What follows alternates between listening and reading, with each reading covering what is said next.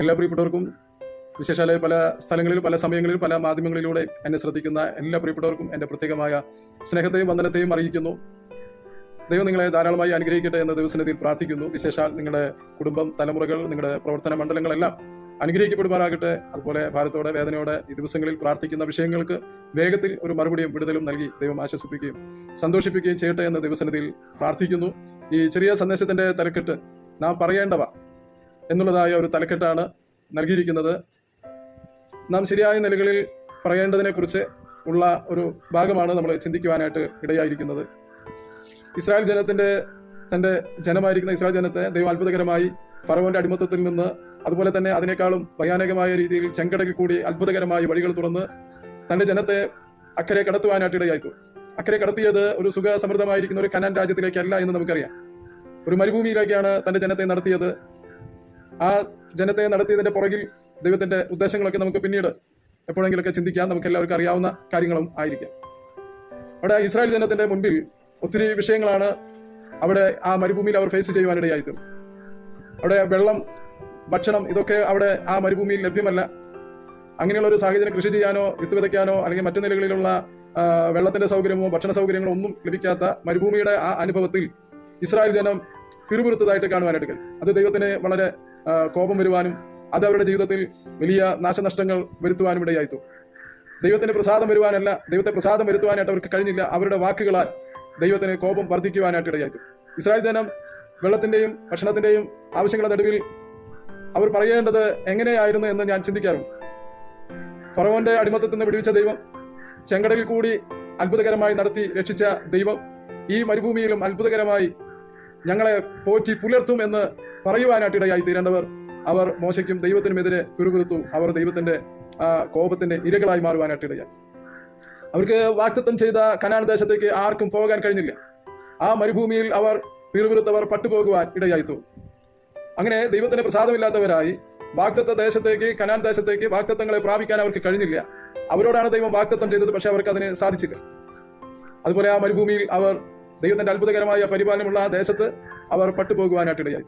അപ്പോൾ പിറുപിറുക്കുന്ന ഒരു അനുഭവം നമ്മുടെ ജീവിതത്തിൽ ഉണ്ടാകാതെ ഏത് സാഹചര്യങ്ങളാണെങ്കിലും നടത്തുവാൻ ദൈവം ശക്തനെന്ന് നാം പറയുകയും ദൈവത്തോട് പ്രാർത്ഥിച്ച് അത് വാങ്ങുവാനായിട്ട് ഇടയായി തീരണം.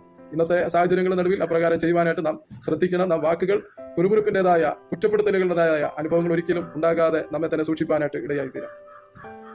കർത്താവ് മലാഖി പ്രവാചക പുസ്തകത്തിലൂടെ 1, 2 അധ്യായങ്ങളിലൊക്കെ ഓരോ വാക്യങ്ങൾ നമുക്ക് കാണുവാനായിട്ട് കഴിയും. ദൈവത്തിന് എതിരെ സംസാരിക്കുന്നതായ വാക്കുകൾ 1 അധ്യായത്തിലും കാണാം, 2 അധ്യായത്തിലും കാണാം, 3 അധ്യായത്തിലും കാണാം. ഓരോ വാക്യങ്ങൾ അവിടെ കാണുവാനായിട്ട് കഴിയും.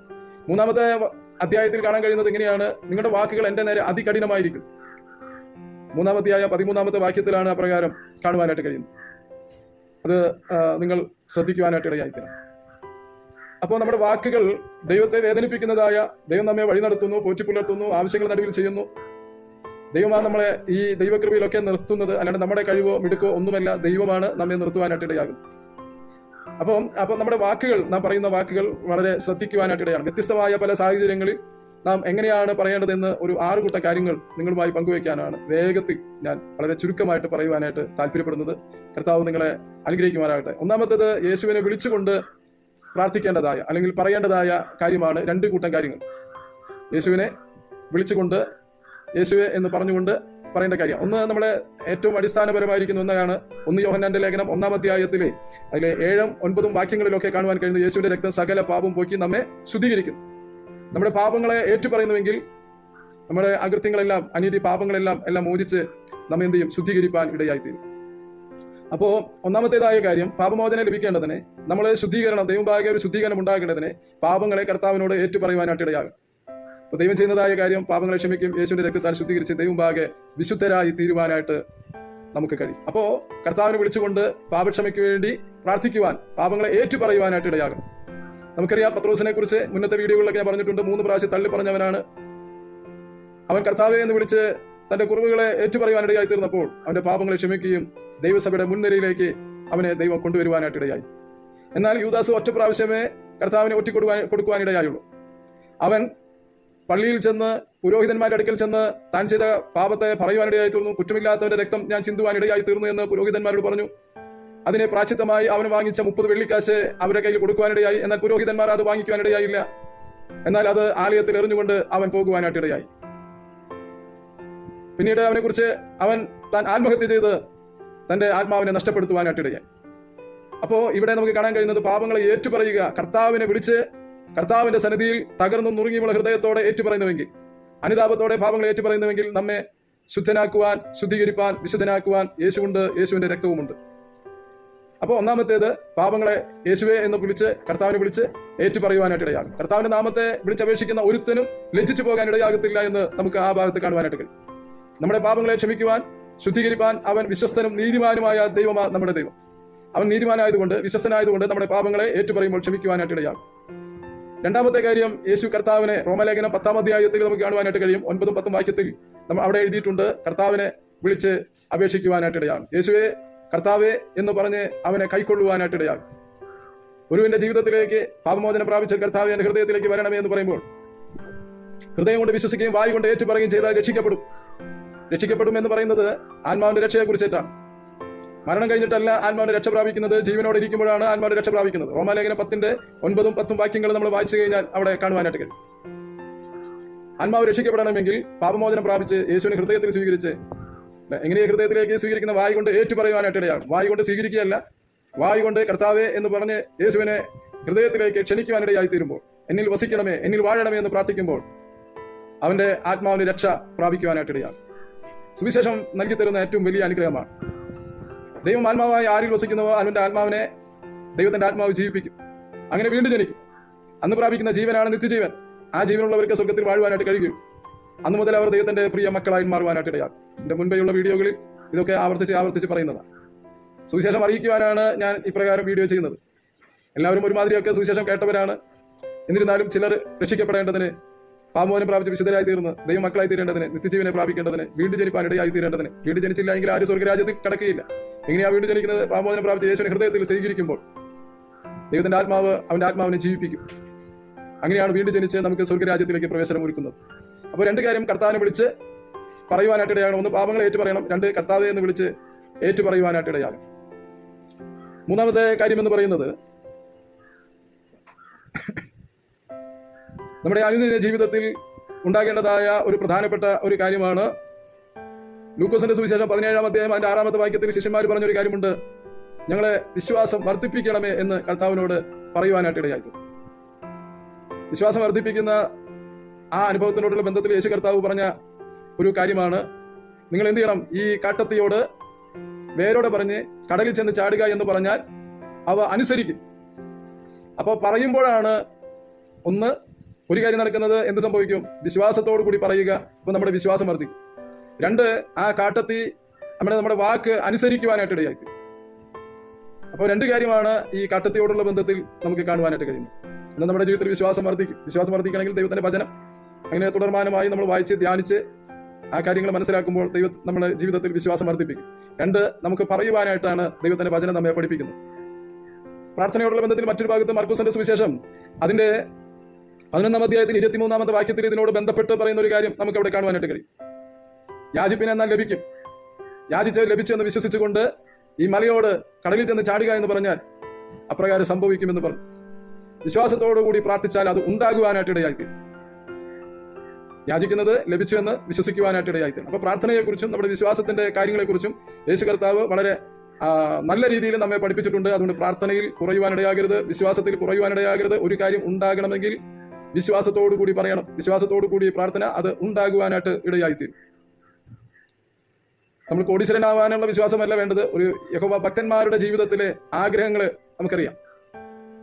ഈ ലോകത്തിലെ മുഴുകി ജീവിക്കുന്ന ആൾക്കാരെ കുറിച്ചുള്ള ആഗ്രഹമല്ല ദൈവം പറയുന്നത്. യഹോവ ഭക്തന്മാരുടെ ജീവിതത്തിലെ ആഗ്രഹം, ആ ആഗ്രഹങ്ങളെ നൽകുന്ന ഒരു ദൈവമുണ്ട് എന്ന് നമുക്ക് തിരുവചനം നമ്മെ വ്യക്തമായി പഠിപ്പിക്കുന്നുണ്ട്. അപ്പൊ വിശ്വാസത്തോടു കൂടി പ്രാർത്ഥിക്കണം, പ്രാർത്ഥിക്കുന്നത് ലഭിച്ചു എന്ന് വിശ്വസിച്ചുകൊണ്ട് പ്രാർത്ഥിക്കണം. അങ്ങനെ വിശ്വാസത്തിന്റെയും പ്രാർത്ഥനയോടുള്ള ബന്ധത്തിൽ നാം ശ്രദ്ധിക്കുവാനിടയായി തീരേണ്ടത് പറയേണ്ടതായ കാര്യങ്ങളെ കർത്താവ് നമുക്ക് പഠിപ്പിച്ചു തന്നിട്ടുണ്ട്. പ്രാർത്ഥിക്കുവാനാണ് ഇപ്രകാരം. വിശ്വാസം കുറയുമെന്ന അനുഭവത്തിലല്ല, വിശ്വാസം വർദ്ധിക്കുന്ന ഒരു തലത്തിലേക്കാണ് ഈ ചിന്ത നമ്മെ നടത്തുവാനായിട്ട് ഇടയാകും. ആരെങ്കിലും വിശ്വാസം ഇല്ലാതെ അങ്ങനെ മുന്നോട്ട് പോകുന്നുവെങ്കിൽ ദൈവത്തിന്റെ വചനം പറയുന്നത് വിശ്വാസം വർദ്ധിക്കുവാനായിട്ട് ഇടയായിത്തീരണം. പ്രാർത്ഥിക്കുമ്പോൾ ലഭിച്ചു എന്ന് വിശ്വസിക്കുവാനായിട്ട് നമുക്ക് കഴിയണം. ഞാൻ ആ ഭാഗം വിട്ട് അടുത്ത ഭാഗത്തേക്ക് കടക്കുവാൻ ആഗ്രഹിക്കും.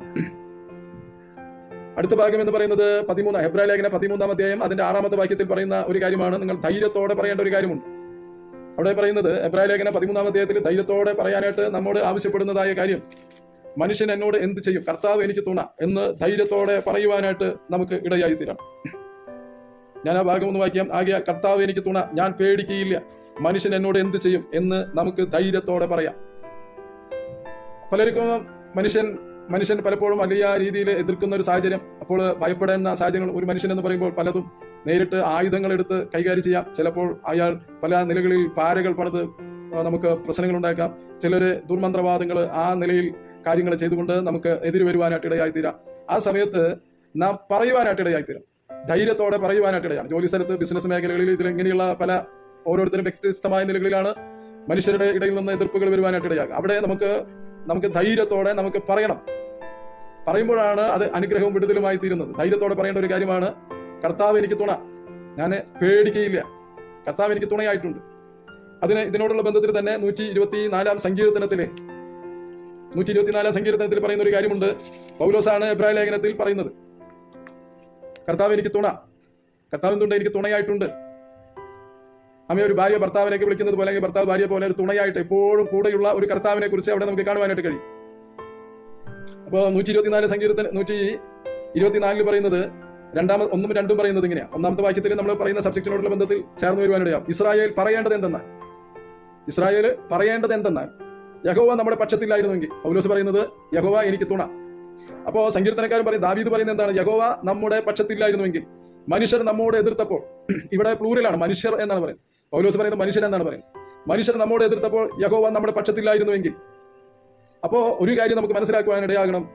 പൗലോസ് പറയുന്നത് യഹോവ എനിക്ക് തുണ, ദാവീദ് പറയുന്നത് യഹോവ എനിക്ക് എന്റെ പക്ഷത്തുണ്ട്. അതുകൊണ്ട് മനുഷ്യർ എതിർത്തപ്പോൾ, ഇവിടെ ജീവനോടെ വിഴുങ്ങുന്നത് പോലെ ആ മനുഷ്യർ ദാവീദിനോട് എതിർത്ത് വരുവാനിടയായി. വെള്ളം ഒഴുക്കി കളയുന്നത് പോലെ മനുഷ്യർ ഇവനെ തകർത്ത് കളയുവാനായിട്ട് കടന്നു വന്നു. പിന്നെ പൊങ്ങി വരുന്ന വെള്ളം അവന് മീതെ കവിയത്തക്ക നിലയിൽ മനുഷ്യർ അവനോട് എതിർത്ത് വരുവാനിടയായി. പിന്നെ അവന് പല്ലിന് ഇരയായി തീരാത്തക്കവണ്ണം അവൻ തകർക്കപ്പെടുവാൻ ആ സാഹചര്യത്തിലേക്ക് കടന്നു വന്നു. 5-ാമത്തെ കാര്യം പറയാം, വേട്ടക്കാരന്റെ കെണിയിൽ നിന്ന് കെണി പൊട്ടി അല്ലെ, ആ പുറപ്പെട്ട ഒരു പക്ഷിയെ കുറിച്ച് പറയുന്നു. അല്ലെങ്കിൽ മൃഗം, പക്ഷി എന്ന പോലെ അങ്ങനെ പക്ഷിയാണ്. അങ്ങനെ ആ യഹോവ പക്ഷത്ത് ഉണ്ടായിരുന്നത് കൊണ്ട് ഇങ്ങനെ തകർക്കപ്പെടേണ്ട സ്ഥാനത്ത് നിന്ന് അവനെ ദൈവം രക്ഷിക്കുവാൻ സൂക്ഷിക്കുവാനായിട്ട് ഇടയായി. അപ്പോൾ നമ്മൾ ധൈര്യത്തോടെ പറയണമെന്നാണ് പൗലോസ് പറയുന്നത്. ഇവിടെ പറയുന്നത് ഇസ്രായേലെ പറയേണ്ടത് എന്തെന്നാൽ യഹോവ നമ്മുടെ പക്ഷത്തുണ്ടായിരുന്നു. അപ്പോ പറയുമ്പോ വിശ്വാസം വർദ്ധിക്കുന്നത് പോലെ ജീവിതത്തിലെ പ്രതിസന്ധികളിൽ നമ്മുടെ മേൽ ഒരു വലിയ അഭിഷേകം വരുവാനായിട്ട് ഇടയാകും. നമ്മുടെ അകത്ത് ഒരു ദൈവമുണ്ട്, ജീവനുള്ള ദൈവമാണ്. മനുഷ്യന്റെ നമുക്കെതിരെ വരുന്ന സകല പദ്ധതികളെയും ഉടച്ചു കളയുവാൻ, അതിൽ നിന്ന് രക്ഷിക്കുവാൻ, സൂക്ഷിക്കുവാൻ ഒരു ദൈവമുണ്ട് എന്ന് നാം ധൈര്യത്തോടെ പറയുവാനിടയാണ്. ഇസ്രായേലെ നീ പറയുവാനായിട്ട് ഇടയായി തീരണം. അടുത്ത ഭാഗം എന്ന് പറയുന്നത്, വേഗത്തിൽ മുൻപോട്ട് പോകാം, വേഗത്തിൽ സന്ദേശം പറയുവാനായിട്ട് ഞാൻ ശ്രമിക്കുന്നുണ്ട്. 122-ാം സങ്കീർത്തനം 1-ാമത്തെ വാക്യത്തിൽ പറയുന്ന കാര്യമാണ്, നമുക്ക് ആലയത്തിലേക്ക് പോകാം എന്ന് പറഞ്ഞപ്പോൾ ഞാൻ സന്തോഷിക്കുവാനിടയായിത്തു. 122-1 യഹോവയുടെ ആലയത്തിലേക്ക് നമുക്ക് പോകാമെന്ന് പറഞ്ഞപ്പോൾ ഞാൻ സന്തോഷിച്ചു. നമ്മുടെ സന്തോഷം നമുക്ക് ശ്രദ്ധിക്കുവാനായിട്ടിടയാണ്. ആലയത്തിലേക്ക്, പള്ളിയിലേക്ക്, കൂട്ടായ്മയ്ക്ക്, ആരാധനയ്ക്കായി പോകാമെന്ന് പറയുമ്പോൾ നമുക്ക് സന്തോഷിക്കുവാനായിട്ട് കഴിയുന്നുണ്ടോ എന്ന് നാം ശ്രദ്ധിക്കുവാനിടയാണ്. നമുക്കത് സന്തോഷമായിട്ടാണോ, ഭാരമായിട്ടാണോ, ചടങ്ങ് പോലെയാണോ, മറ്റാരെയും ബോധിപ്പിക്കാൻ വേണ്ടിയാണോ? എന്നെ കേൾക്കുന്ന പ്രിയപ്പെട്ടവരെ, നമുക്ക് പള്ളിയിലേക്ക്, ആരാധനയിലേക്ക്, കൂട്ടായ്മയിലേക്ക് പോകുവാൻ, ദൈവസാന്നിധ്യം അനുഭവിക്കുവാൻ, ദൈവത്തെ ആരാധിപ്പാൻ, കൂട്ടായ്മ കൂടി സഹോദരങ്ങളെ കണ്ട് സന്തോഷിപ്പാൻ, അങ്ങനെ ആണ് നമ്മൾ പള്ളിയിലേക്കൊക്കെ പോകുന്നത്. അല്ലെങ്കിൽ വീട്ടിന്റെ അകത്ത് ഇരിക്കാമായിരുന്നു. പള്ളിയിലേക്കും കൂട്ടായ്മയിലേക്കൊക്കെ പോകുന്നത് സഹോദരങ്ങളെ കണ്ട് സന്തോഷിച്ച് ദൈവത്തിന് മഹത്വം കൊടുക്കുവാനാണ്. അതിനെ കൊതിയോടെ ആഗ്രഹിക്കുന്ന, അത് സന്തോഷമായി കാണുന്ന ഒരുവളായിട്ട് നമുക്ക് മാറുവാനായിട്ട് ഇടയാകും. ഞാൻ അടുത്ത ഭാഗത്തേക്ക് കടക്കുവാൻ ആഗ്രഹിക്കുക. മർക്കോസിന്റെ സുവിശേഷം 16-ാം അധ്യായം 15-16 വാക്യത്തിൽ പറയുന്നത് യേശുക്രിസ്തുവിന്റെ അവസാനത്തെ കൽപ്പനയാണ്. നിങ്ങൾ ഭൂമിയിൽ എല്ലായിടത്തും പോയി നിങ്ങൾ എന്ത് ചെയ്യണം? സുവിശേഷം പറയുവിൻ. യേശുക്രിസ്തുവിലൂടെ വീണ്ടുജനനം പ്രാപിച്ച് നിത്യജീവൻ പ്രാപിച്ച് ദൈവമക്കളായി തീർന്ന് നരകം മാറി സ്വർഗത്തിന് അവകാശികളായി തീർന്ന നമ്മുടെ മേലുള്ള ഉത്തരവാദിത്തം, നമ്മുടെ കൂടെയുള്ള, നമ്മുടെ ചുറ്റുപാടുകളുള്ള നമ്മുടെ ബന്ധുക്കൾ, നമ്മുടെ കൂട്ടുകാർ, അങ്ങനെ ഈ ലോകത്തിലുള്ള എല്ലാവരെയും അവർ നിത്യമായ നരകത്തിലേക്ക് പോകുവാൻ ഇടയാകരുത്. അങ്ങനെ ആഗ്രഹിച്ചുകൊണ്ടാണ് യേശുക്രിസ്തു ഇപ്രകാരം പറയാനിടയായി തീർന്നത്. വേറെ മാർഗങ്ങൾ ഉണ്ട് എങ്കിൽ കർത്താവ് അങ്ങനെ പറയേണ്ട ആവശ്യമില്ലായിരുന്നു. അപ്പോസ്തലന്മാരും ശിഷ്യന്മാരും ഇന്നും അനേകരെ രക്തസാക്ഷികളാകുകയില്ലായിരുന്നു. പീഡനങ്ങൾ അവർ കേൾക്കേണ്ടതില്ലായിരുന്നു. ഇന്നും അവയെ കർത്താവിന്റെ നാമനിമിത്തം ഒത്തിരി പ്രിയപ്പെട്ടവർ നിന്ദിക്കപ്പെട്ട് നിന്ദ അനുഭവിച്ച് അനേകയിടങ്ങളിൽ കർത്താവിനെ കുറിച്ച് സുവിശേഷം അറിയിക്കുന്നത് എന്തുകൊണ്ടാണ്? വേറൊരു വഴി, ആത്മാവിന്റെ രക്ഷയ്ക്ക് വേണ്ടി, പാപമോചനത്തിന് വേണ്ടി വേറൊരു വഴിയും സംവിധാനവും ഇല്ല. അതുകൊണ്ടാണ് ദൈവത്തിന്റെ വചനം പറയുന്നത്, മറ്റൊരുത്തനൊരു രക്ഷയില്ല, ആകാശത്തിന്റെ കീഴ് മനുഷ്യരുടെ ഇടയിൽ വേറൊരു നാമവും ഇല്ല രക്ഷയ്ക്കായിട്ട്. അതുകൊണ്ട് എന്നെ കേൾക്കുന്ന പ്രിയപ്പെട്ടവരുടെ സുവിശേഷം എന്ന് പറയുന്നത് ദൈവവചനം തന്നെയാണ്. പക്ഷെ ദൈവവചന ശുശ്രൂഷയും സുവിശേഷ പ്രസവവും തമ്മിൽ വ്യത്യാസമുണ്ട്. അതിലെ സബ്ജക്ട് എന്ന് പറയുന്നത് പാപിയെ എങ്ങനെ രക്ഷിച്ച് ദൈവം സ്വർഗത്തിലേക്ക് കൊണ്ടുപോകാൻ കഴിയും എന്നുള്ളതാണ് സുവിശേഷം. അതാണ് നമ്മൾ പങ്കുവയ്ക്കുവാനിടയാകേണ്ടത്. അത് വിശ്വസിച്ച് വരുന്നവരെ സ്നാനപ്പെടുത്തി, പിതാവിന്റെയും പുത്രന്റെയും പരിശുദ്ധാത്മാരുടെ നാമത്തിൽ സ്നാനപ്പെടുത്തി അവരെന്ത് ചെയ്യണം? കർത്താവ് കൽപ്പിച്ചിരിക്കുന്ന പ്രമാണങ്ങളെ ഉപദേശിച്ച് അവരെ ശിഷ്യരാക്കണം. ദൈവം സഹായിക്കട്ടെ. അപ്പോൾ അനേകരെ അങ്ങനെ അപ്രകാരം ഈ സുവിശേഷം അറിയിക്കുവാൻ നമുക്ക് ചെറിയവരും വലിയവരുമായിരിക്കുന്ന നമുക്ക് ഓരോരുത്തർക്കും ദൈവം നൽകിയിരിക്കുന്ന കഴിവിനൊത്തവണ്ണം സുവിശേഷം അറിയിക്കുവാനായിട്ട് ഇടയാകും. അങ്ങനെ വിശ്വസിച്ച് വന്ന് അവർ ദൈവസഭയോട് ചേർന്ന് പിന്നെ ആത്മീകമായി അവരെ പല കാര്യങ്ങളും ദൈവവചനം പഠിപ്പിക്കുവാനായിട്ട് ഇടയായിത്തീരണം.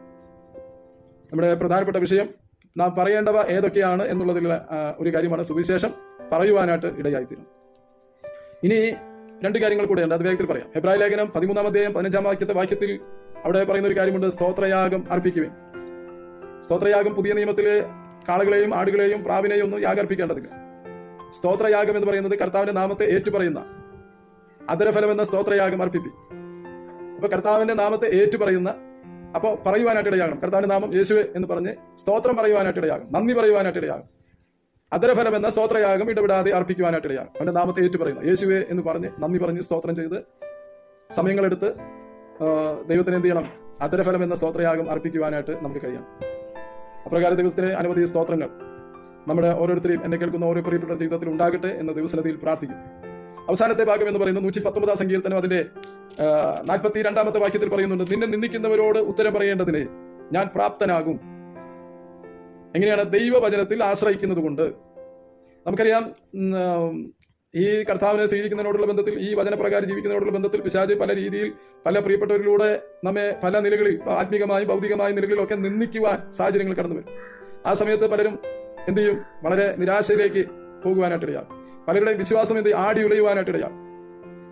അങ്ങനെ പല നിലകളിൽ പിശാച് പദ്ധതികൾ ഒരുക്കുമ്പോൾ ഒരുവന്റെ സന്തോഷം നഷ്ടപ്പെടുത്തി നിരാശയിലേക്ക് പതിക്കുക, ഒരുവൻ വിശ്വസിച്ച് ജീവരക്ഷ പ്രാപിക്കേണ്ടതിന് പകരം, ദൈവത്തിന് പ്രസാദം വരുത്തേണ്ടതിന് പകരം അവൻ സംശയാലുവായി അവിശ്വാസം അവന്റെ ജീവിതത്തിൽ കയറി വന്ന് ആത്മീയ മുന്നേറ്റങ്ങൾ അവനെ നഷ്ടപ്പെടുത്തി പിശാചിന്റെ ആയുധങ്ങളായി തീരുവാനായിട്ട് ഇടയാക്കി തീർക്കുക.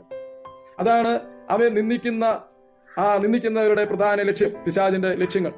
അപ്പോ ഇവിടെ പറയുന്ന കാര്യം, നിന്ദിക്കുന്നവരോട് ഉത്തരം പറയുവാൻ ഞാൻ പ്രാപ്തനാകും. നമുക്ക് ലോകപ്രകാരം അല്ലെങ്കിൽ ജഡികമായ നിലകളിൽ പ്രതികരിക്കുവാനല്ല ദൈവം നമ്മൾ പറഞ്ഞിരിക്കുന്നു. അപ്പോ നമുക്ക് അങ്ങനെ പ്രാപ്തനാക്കുന്നത് എങ്ങനെയാണെന്ന് പറഞ്ഞു, ദൈവവചനത്തിൽ ആശ്രയിക്കുന്നത് കൊണ്ട്, വചനപ്രകാരം ജീവിക്കും. വചനം എന്ത് പറയുന്നു? അപ്പോൾ വചനത്തിൽ ആശ്രയിക്കുന്നത് കൊണ്ട് നിന്ദിക്കുന്നവരുടെ ഉത്തരം പറയുവാൻ ഞാൻ പ്രാപ്തനാകും. അപ്പൊ അവൻ പിശാചിന്റെ പ്രവർത്തികളൊക്കെ ഉടച്ച് അവിടെ ഒരു ജയമുണ്ടായി ദൈവികമായ പദ്ധതിയിലേക്ക് അവൻ ശക്തിയോടെ നിൽക്കുവാനായിട്ട് ഇടയായിത്തീരും. എന്നെ കേൾക്കുന്ന പ്രിയപ്പെട്ടവരെ, ഞാൻ ഈ സന്ദേശം ഇവിടെ നിർത്തുവാനായിട്ട് ആഗ്രഹിക്കുക.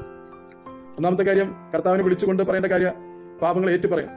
രണ്ടാമത്തത്, യേശുവേ എന്റെ ഹൃദയത്തിൽ വരണമേ എന്ന് പറഞ്ഞ് അങ്ങനെ ആത്മാവിന്റെ രക്ഷ പ്രാപിച്ച് വീടുജനനം പ്രാപിച്ച് നിത്യജീവനെ പ്രാപിച്ച് ദൈവ മക്കളായി തീരുന്ന ആ വിശിഷ്ടമായ ഒരു അനുഭവത്തിലേക്ക് മുന്നോട്ട് വരുവാനിടയാകും. മൂന്നാമത്തേത്, പ്രാർത്ഥനയോടുള്ള ബന്ധത്തിൽ വിശ്വാസം വർദ്ധിക്കുവാനും, അപ്പോൾ തന്നെ പ്രാർത്ഥിക്കുമ്പോൾ ലഭിച്ചു എന്ന് വിശ്വസിച്ചുകൊണ്ട് പ്രാർത്ഥിക്കുമ്പോൾ അത് ഉണ്ടാകുവാനായിട്ട് ഇടയായി തീരും. വളരെ പ്രതീക്ഷയോടെ പ്രാർത്ഥിക്കണം. അങ്ങനെ സംഭവിക്കും, അങ്ങനെ ഉണ്ടാകും. നാം പറയുന്നത്, നാം പ്രാർത്ഥിക്കുന്നത് നടക്കും എന്ന് പറഞ്ഞുകൊണ്ട് പ്രാർത്ഥിക്കുവാനായിട്ടിടയാണ്. എന്നെ കേൾക്കുന്ന പ്രിയപ്പെട്ടവരെ, അങ്ങനെ നിങ്ങൾ പ്രാർത്ഥിച്ചിട്ട് എന്തെങ്കിലും ഈ ദിവസങ്ങളിലൊക്കെ നടക്കുന്നുവെങ്കിൽ എന്നെ ഒന്ന് വിളിച്ച് പറയുവാനായിട്ടിടയാകും, പ്രാർത്ഥനയിലും വിശ്വാസത്തിലും. ഓക്കെ, ഇനി നമുക്ക് ധൈര്യത്തോടെ പറയണമെന്നുള്ള കാര്യമാണ്. മനുഷ്യൻ എന്നോട് എന്ത് ചെയ്യും? നിനക്കെതിരെ പിശാച് പലരെയും നിന്റെ ധൈര്യത്തെ കെടുത്തി കളയുമ്പോൾ, നിന്നെ തകർത്ത് കളയുവാനായിട്ട് കടന്നു വരുമ്പോൾ നമുക്ക് പറയണം, എന്നോട് കൂടെ യഹോവ എന്റെ പക്ഷത്തുണ്ട്, യഹോവ എനിക്ക് തുണ, മനുഷ്യൻ എന്നോട് എന്ത് ചെയ്യും? ഞാൻ പേടിക്കയില്ല എന്ന് ധൈര്യത്തോടെ പറയണം. ഓക്കെ, പിന്നീട് നമുക്ക് 122-ാം സങ്കീർത്തനം 1-ാമത്തെ ഭാഗമാണ് നമ്മൾ ചിന്തിക്കുവാനിടയായി തീരുന്നത്. നമുക്ക് ആലയത്തിലേക്ക് പോകാം എന്ന് പറഞ്ഞപ്പോൾ, നമുക്ക് പള്ളിക്ക്, ആരാധനയ്ക്ക്, കൂട്ടായ്മയ്ക്ക് പോകുവാൻ അതൊരു സന്തോഷമായി തീരുവാൻ ഇടയായി തീരേണ്ടതുണ്ട്. പിന്നീട് നമുക്ക് ഭൂമിയുടെ അറ്റത്തോളം സുവിശേഷം പറയുവാനായിട്ട് ഇടയാകും. സ്തോത്രയാഗം, കർത്താവിന്റെ നാമത്തെ ഏറ്റുപറഞ്ഞ് സ്തോത്രം പറയുന്ന ആ അധരഫലം എന്ന സ്തോത്രയാഗം അർപ്പിക്കുവാനായിട്ട് ഇടയായി തീരും. പിന്നെ നിന്ദിക്കുന്നവരോട് ഉത്തരം പറയുവാനായിട്ട് നാം പ്രാപ്തരാണ്, നമ്മെ പ്രാപ്തരാക്കും. ദൈവവചനത്തിൽ ആശ്രയിക്കുന്നവർക്ക് അങ്ങനെ കഴിയും. ഈ ചെറിയ സന്ദേശം കേട്ട എല്ലാ പ്രിയപ്പെട്ടവരോടുമുള്ള പ്രത്യേകമായ നന്ദി, സ്നേഹത്തെ അറിയിക്കുന്നു. നിങ്ങൾ കഴിയുമെങ്കിൽ നിങ്ങൾ ഇത് സബ്സ്ക്രൈബ് ചെയ്യുകയും അതുപോലെ തന്നെ ചിലർക്ക് ഷെയർ ചെയ്യുക.